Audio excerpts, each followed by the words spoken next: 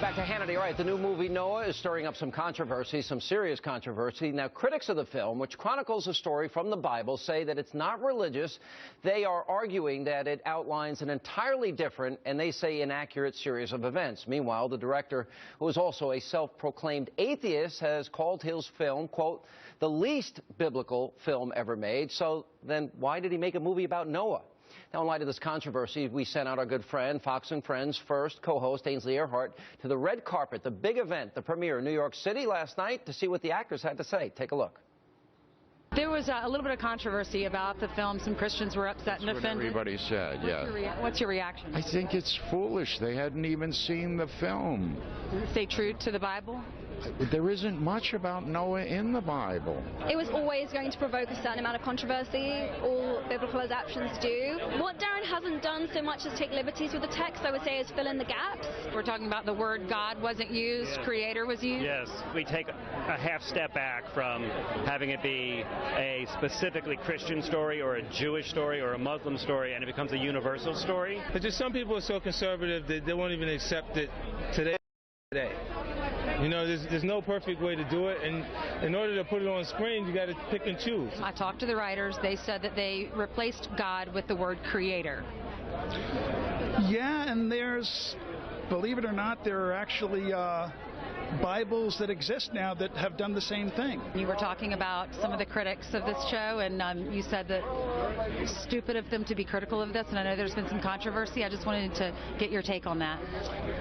Well, you know, it is kind of strange when people are willing to put their stamp and their name to a grand statement about something they haven't seen. And the unfortunate thing is you've got a whole bunch of people who've already been infected by that stupidity, you know, and they seem to somehow think that this is a bad thing.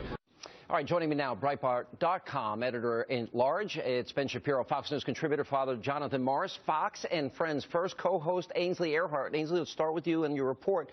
Not Christian, not Jewish, it's universal. It's universal. The story of Noah comes from the Judeo-Christian. Right, and that was his response when I asked him. He's one of the co-writers. I asked him why creator versus God. God is not used at all in the entire film. And he said that was his response. I wanted to make this universal, and the creator could be universal. It can be Muslim, it can be Jewish, it can be Christian. But I read the story of Noah today, and I counted the number of times God is used in the three books. Good for you. All right, Ainsley, great chapters. Research. How many? All right, God is used 20 times, and Lord is used 9 times. So 29 times it's used. And so the question was that many of Christians are asking this day, or after they've heard about God not being used, is how can you write the book of Noah without God? Without using those words that were actually used in the Bible. All right. I will be honest. I have been looking forward. I want to really see this movie. The Passion of the Christ is one of the best movies. I love Russell Crowe. I can quote Gladiator. Are you not entertained? I can do it all right now. You saw the movie last night. We're really good friends. Yep. And we think a lot alike. Yeah. And you just told me something I didn't want to hear. You're not going to like it. Why? And the reason that you're not going to like it is because it is a complete reversal of what the biblical narrative is in terms of sin. I mean, the whole story of Noah is about man being sinful. And the word that's used in the Hebrew is v'tishachet ha'aretz, right? That's from Genesis 6:11. It means the earth was corrupted. That typically is used to mean violence, sexual immorality. It's used to mean idolatry. In this movie, the great sin that humanity commits is degrading the environment. So the worst sins you can commit are apparently eating a hamburger, really, like not being a vegetarian. No, seriously. Dead serious. We are destroying the planet to build the ark to save humanity? Is that the argument? No. It's that all these city dwellers came and they created cities and they had to ruin the environment in order to create these massive cities. Overpopulation is the problem. So is the eating of animals. That's a big problem. The degradation of the environment by mining is a huge problem. So prehistoric fracking. And the idea behind all of this is to turn God into Gaia. So God is basically taking revenge. And the real kicker on this, and the part that's really disturbing, and spoiler alert here, but the part that's the kicker is that the great moral conflict for Noah becomes whether to kill his own family inside the ark after the rest of humanity has perished, because humanity is the enemy of the environment. And so the climactic scene is him standing over 2 newborn babies, deciding whether to kill them. I mean, he's standing there with a knife, deciding whether to not be Noah. Noah's I went to the Bible. That's closer to the story of Abraham. I did go to a seminary and studied theology for 4 years, as you know, Father Morris.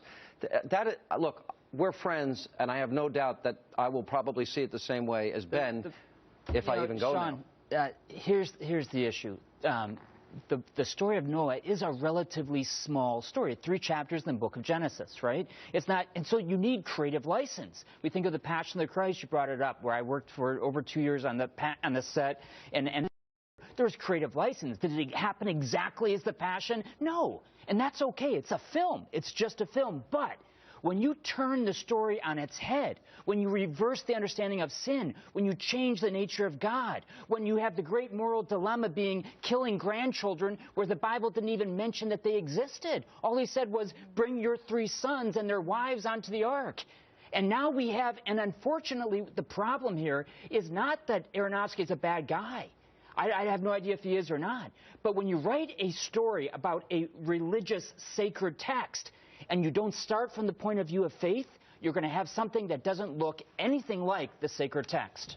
This is disappointing. Stephen Baldwin's a good friend of yours. I saw him last night on the red carpet. He was in that piece, and he said, by the way, to tell you hello, but he is a very strong Christian, and he said that this is at least opening up the conversation, at least that kids can go and see the movie, get in the car with their parents afterwards. It's ridiculous. I mean, but he hadn't seen it at this point. Right, he was walking the red carpet. You hear all the actors there on the red carpet saying, nobody's seen it, so how can they? I've seen it. Okay, so I've seen the movie. I can criticize it now. What it does is it's the equivalent of making a movie about Martin Luther King, in which Martin Luther King is an advocate for racial inequality. It is literally taking sin and turning it on its head. What is now sinful is everything that it says the villain in the story is a guy who actually ends up quoting the beginning of Genesis. The earth is that you are masters of the earth, that you're given dominion over the birds and the flocks, all of this.